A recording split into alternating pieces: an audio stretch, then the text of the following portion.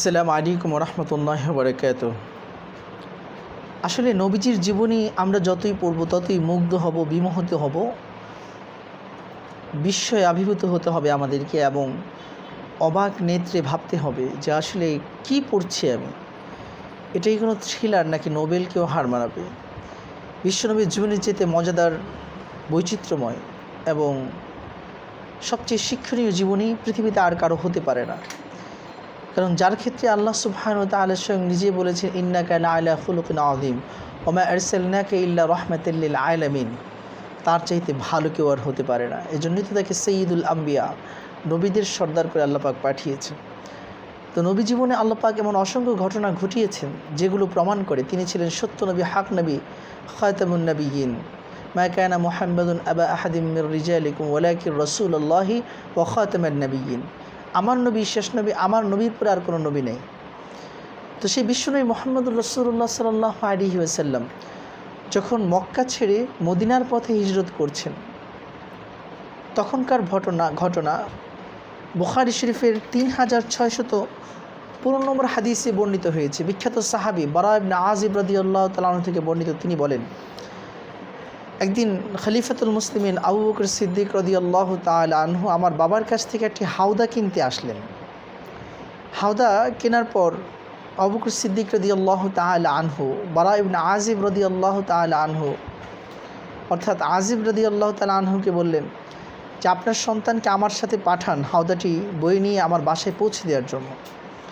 তখন বারা ইবনে আযিব আবু বকর সিদ্দিক রাদিয়াল্লাহু তাআলা আনহুর সাথে চলতে লাগলেন এবং তার পিতাও সাথে চলতে লাগলেন। অবশেষে একসময় তারা বললেন, ইয়া আবা বকরিন, হে আবু বকর, আপনি তো বিশ্বনবীর সঙ্গী ছিলেন হিজরতের সময়, সুতরাং সেই রাতে কী হয়েছিল আমাদেরকে একটি ঘটনা শোনান। আল্লাহু আকবার। সাহাবায়ে কেরামও আমার নবী, আপনার নবী, আকাই দু জাহা তাজদারে মদিনা সৈয়দুল কওনাইন নবী মুহাম্মদুর রাসূলুল্লাহ সাল্লাল্লাহু আলাইহি ওয়াসাল্লামের জীবনী জানতে উৎসাহী, আগ্রহী ছিলেন। আমি আপনি কতটা আগ্রহী, আমার আপনার কতটা কিউরিসিটি এবং ইন্টারেস্ট এর মধ্যে রয়েছে। এই ইন্টারেস্ট থাকাটা অত্যন্ত জরুরি, এই কিউরিসিটি আমাদের অন্তরে তৈরি হওয়া অত্যন্ত জরুরি। তখন আবু বকর সিদ্দিক রাদিয়াল্লাহু তাআলা আনহু তাদেরকে একটি ঘটনা শোনাতে লাগলেন যে যেই রাত্রে আমরা হিজরতের রাতে রওনা হলাম, সফর করতে করতে করতে করতে আমরা অনেক দূর পর্যন্ত চলে গেলাম, সারা রাত হাঁটলাম, সারা সকাল হাঁটলাম, মধ্যাহ্নের আগ পর্যন্ত আমরা হাঁটলাম। তারপরে সূর্য যখন প্রখর হয়ে গেল, সূর্যের তাপ যখন অনেক বেশি বেড়ে গেল, তখন আমাদের সামনে একটা বিশাল চওড়া লম্বা পাথর এসে পড়ল। যেই পাথরের ছায়া অনেক প্রলম্বিত এবং সেই ছায়া সূর্যের কারণে সরে যায় না, মানে ছায়াটির মধ্যে আশ্রয় নেওয়ার মতো ব্যবস্থা রয়েছে। তখন আমি বিশ্বনবী মুহাম্মদুর রাসূলুল্লাহ সাল্লাল্লাহু আলাইহি সাল্লামকে সেই পাথরের ছায়ায় আশ্রয় নেওয়ার জন্য চারদিকে পরিষ্কার পরিচ্ছন্ন করে ফু দিয়ে সমস্ত ময়লা আবর্জনা ছড়িয়ে দিয়ে নবীজির জন্য পরিপাটি করে বিশ্বনবী মুহাম্মদুর রাসূলুল্লাহ সাল্লাল্লাহু আলাইহি সাল্লামকে বললাম, ইয়া রাসূলুল্লাহ, আপনি পাথরের ছায়ায় আশ্রয় গ্রহণ করুন, দেখে আমি কি করতে পারি আপনার জন্য। বিশ্বনবী আবু বকর সিদ্দিক রাদিয়াল্লাহু তাআলা আনহু সেই পাথরের ছায়ায় ঘুম পাড়াইলেন। ইতিমধ্যে আবু বকর সিদ্দিক রাদিয়াল্লাহু তাআলা আনহু সেই পাথর থেকে বের হয়ে এসে চারদিকে তাকাতে লাগলেন, কেউ আছে কি না। রাস্তা শুনশান, নীরবতা, কাউকে দেখা যাচ্ছে না, নিস্তব্ধ, কারণ মরুভূমির মধ্যাহ্নের পথে কেউ থাকে না। এত উত্তপ্ত গরম সহ্য করার জন্য মানুষ নিজেদের দেহকে মরুভূমিতে ছুটিয়ে চলে না, প্রয়োজনীয় অত্যন্ত প্রয়োজনগ্রস্ত ছাড়া। ঠিক তখনই দেখা গেল দূর থেকে একজন আরোহী, দূর থেকে একজন রাখাল, সে তার মেষপাল নিয়ে এগিয়ে আসছে। আবু বকর সিদ্দিক রাদিয়াল্লাহু তাআলা আনহু সেই রাখালের দিকে এগিয়ে গেলেন। ইয়া রাইল গানাম, হে রাখাল, তোমার মালিকের নাম কি? হাদিসের মধ্যে এসেছে, বুখারী শরীফের 3615 নম্বর হাদিস। সে রাখাল মক্কা অথবা মদিনার কোনো মালিকের নাম বলল। অতঃপর আবু বকর সিদ্দিক রাদিয়াল্লাহু তাআলা আনহু বললেন, আতাহলি বলি, তোমার যে পাল আছে, মেষপাল, ছাগলের পাল, এখানে কি এমন কোনো দুধেল ছাগল আছে যার ওলান থেকে আমাদের জন্য তুমি দুধ বের করে দিতে পারবে? সে বলল হ্যাঁ আছে। ফ্যাতিবিহ, তাকে নিয়ে আসো। রাখাল কথা অনুযায়ী ছাগল ধরে নিয়ে আসলো, দুধেল ছাগল যার ওলানে দুধ ভর্তি আছে। আবু বকর সিদ্দিক রাদিয়াল্লাহু তাআলা আনহু বললেন, তার ওলানটাকে পরিষ্কার করো, কারণ মরুভূমির মাঝে মাটিতে সে বসে, বালুতে বসে। বালু এমন বসলে আপনার বালু লাগবে, আবার উঠে যখন ঝাড়া দিবেন বালু পরিষ্কার হয়ে যাবে। বালু স্বচ্ছ এক পদার্থ, মাটি, যেটা অন্য সকল কিছুকে পরিষ্কার করে দেয়। তখন সে রাখাল এই দুধেল ছাগিটির ওলান পরিষ্কার করলো, ফু দিয়ে তার যত পশম আছে, বালু ধূলিকণা আছে, সেগুলোকে সরিয়ে ফেললো। অতঃপর নিজ হাতে কাঠের একটি পেয়ালায় পাত্রে নিজ হাতে দুগ্ধ দহন করে তারপরে সেই পেয়ালাটি আবু বকর সিদ্দিক রাদিয়াল্লাহু তাআলা আনহু হাতে দিলেন। হাতে দেওয়ার পরে আবু বকর সিদ্দিক রাদিয়াল্লাহু তাআলা আনহু, তার কাছে ছিল একটি মস্ক চামড়ার পাত্র, যেখানে বিশ্বনবী মুহাম্মদুর রাসূলুল্লাহ সাল্লাল্লাহু আলাইহি সাল্লামের জন্য হিজরতের সফরে পানি পানের জন্য, অজু করার জন্য পানি সংরক্ষণ করে তিনি রেখেছিলেন। অতঃপর সেই পাত্র নিয়ে বাটির মাঝে তিনি কিছু পানি ঢেলে দিলেন, যাতে করে দুধের তলানি পর্যন্ত, যেটা ইনস্ট্যান্ট যেই দুগ্ধ দহন করা হয় সেই দুধ কিন্তু গরম থাকে, হট থাকে, হট মিল্ক। আপনি যদি গরুর থেকে সরাসরি দুধ ওলান থেকে দহন করে আপনি পান করে থাকেন, তাহলে মনে হবে আপনার কাছে ভিন্ন রকম একটা ফিলিং, এবং এটা ইটস আ গুড ফিল। এটা অনেক একটা ভালো অনুভূতি আমাদেরকে দিবে। আপনি চেক করে দেখতে পারেন, কোনো গরু হোক অথবা ছাগল হোক, তাদের ওলান থেকে সরাসরি দুগ্ধ দহন করে আপনি পান করে খেয়ে দেখতে পারেন, সেটার ফিলিংসটা আপনার কেমন লাগে আপনার কাছে। তো যে কথা বলছিলাম আমরা, আবু বকর সিদ্দিক রাদিয়াল্লাহু তাআলা আনহু যেহেতু দুপুরের সময় এবং প্রচণ্ড গরম, সফর করে এসেছেন, এই সময় কিন্তু গরম দুধ খেতে ভালো লাগবে না। আমরা সবসময় অত্যন্ত গরমে কী চাই? কোল্ড ড্রিঙ্কস চাই, যেটা আসলে আমাদের জন্য ক্ষতিকর। আমরা ড্রিঙ্কস না করে মিল্ক পান করব ইনশাআল্লাহ, স্বাস্থ্যের উন্নতি হবে। আমরা স্মোকিং না করে মিল্কিং করব ইনশাআল্লাহ, আপনার দেহ এবং মস্তিষ্ক ভালো কাজ করবে।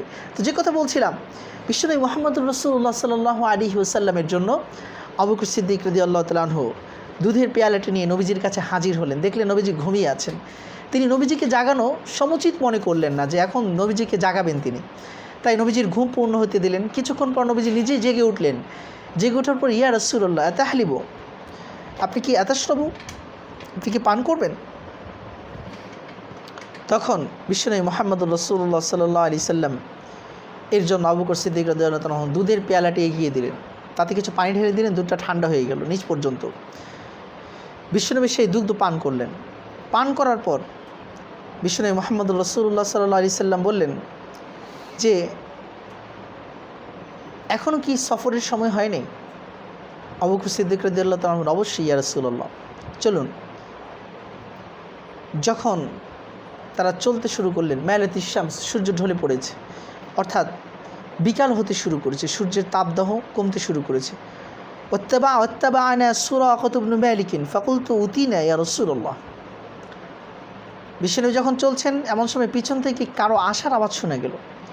আবু বকর সিদ্দিক রাদিয়াল্লাহু তাআলা পিছনে তাকিয়ে দেখলেন সুরাকাতু ইবনু মালিক পিছনে বিশ্বনবীকে ধরার জন্য ঘোড়া টকবগিয়ে ছুটে আসছে। আবু বকর সিদ্দিক রাদিয়াল্লাহু তাআলা পেরেশান হয়ে গেলেন, ইয়া রাসূলুল্লাহ, আমরা তো ধরা পড়ে গেলাম, মনে হচ্ছে আমাদের যাত্রা এখানেই শেষ। ফাকালা লা তাহজান ইন্নাল্লাহা মা'ানা, নবীজি বললেন, পেরেশান হয়েও না, দুশ্চিন্তা করো না, টেনশন করো না, নিঃসন্দেহে আল্লাহ আমাদের সাথে আছেন। আল্লাহু আকবার। নবীজি বলছেন কি? আল্লাহ আমাদের সাথে আছেন। এটা ইম্পর্টেন্ট একটি শব্দ। মুসা আলাইহিস সালাম তার সফর সঙ্গীদেরকে বলেছিলেন, হ্যাঁ, আল্লাহ আমার সাথে আছেন, ইন্নাল্লাহা মা'ই, আল্লাহ আমার সাথে আছেন। আর আমাদের নবীজি বলেছেন, ইন্নাল্লাহা মা'ানা, নিঃসন্দেহে আল্লাহ আমাদের সাথে আছেন। আল্লাহু আকবার। দুটোটাই ঠিক আছে, কিন্তু উত্তম কোনটা সেটা আমাদেরকে শিখিয়ে দিয়েছেন। সর্বোত্তম চরিত্র, সর্বোত্তম বাক্য, সর্বোত্তম দোয়া, সর্বোত্তম নেচার, সর্বোত্তম আখলাক, সব কিছু আমাদেরকে শিক্ষা দিয়েছেন মুহাম্মাদুর রাসূলুল্লাহ সাল্লাল্লাহু আলাইহি ওয়াসাল্লাম। তো আবু বকর সিদ্দিক বলেন, ইয়া রাসূলুল্লাহ, ধরা পড়ে গেলাম, উতিনা। সুরাকাত ইবনু মালিক আমাদেরকে ধরার জন্য আরোহী ছুটিয়ে টকবগিয়ে আমাদের সামনে এগিয়ে আসছে। নবীজি বলেন, চিন্তা করো না, নো টেনশন।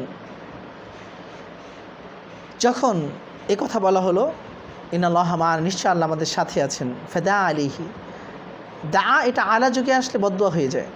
নবীজি সুরাকার জন্য বদদোয়া করলেন।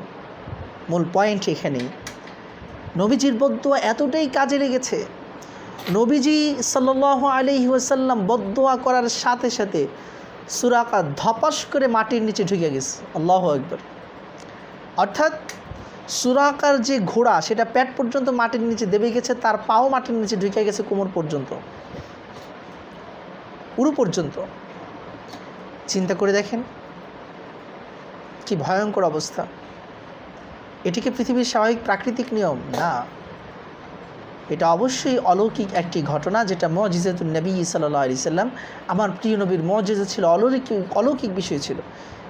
নবীজি বদদুয়া করতে দেরি, সেটা ফলতে দেরি না, এবং এমন ফলা যেটা স্বাভাবিক হয় না। সে অসুস্থ হয়ে পড়ে যেত, এটা বোঝা যেতে পারে, হ্যাঁ রোদে চলতে চলতে অসুস্থ হয়ে গেছে। তা হঠাৎ করে মাটি দেবে গিয়ে সেখানে মাটির ভিতরে ঢুকে যাওয়া, এক বিস্ময়কর ঘটনা। সুরাকা ইবনে মালিক ডেকে বললেন, ইয়া আবা বকরিন, মনে হচ্ছে আপনি আমাদের জন্য বদদুয়া করেছেন, আপনারা দুজনে আমাদের জন্য বদদুয়া করেছেন, প্লিজ আমার জন্য একটু আল্লাহর কাছে দোয়া করেন, আল্লাহ পাক যেন এই আযাব থেকে আমাকে বাঁচান। সে বুঝতে পেরেছে যে আমি যার পিছনে নিয়েছি সে কোনো সাধারণ মানুষ নয়, তার পিছনে রয়েছেন আল্লাহ। সুতরাং তার পিছু নেওয়া মানে হলো নিজেকে ধ্বংস করে ফেলা। এই জন্য সে সারেন্ডার করে বিশ্বনবী মুহাম্মদুর রাসূলুল্লাহ সাল্লাল্লাহু আলাইহি সাল্লামের দরবারে এবং আবু বকর সিদ্দিকের কাছে কোর জোরে হাত জোর করে বলতেছে, আমাদের জন্য একটু আল্লাহর কাছে দোয়া করেন, আমার জন্য একটু আল্লাহর কাছে দোয়া করেন আপনারা, আল্লাহ পাক যেন এই বিপদ থেকে আমাকে হেফাজত করেন। আমি ওয়াদা দিচ্ছি পিছনে যারা আপনাদেরকে ধরতে আসবে তাদের কাউকে আমি আপনাদের খবর দেব না। জেনে রাখা প্রয়োজন সুরাকা কেন এখানে আসলো। মক্কার কাফেররা বিশ্বনবীর মাথার পুরস্কার ঘোষণা করেছে, যে বিশ্বনবীকে ধরে আনতে পারবে তাকে বিশাল পরিমাণের পুরস্কারে পুরস্কৃত করা হবে।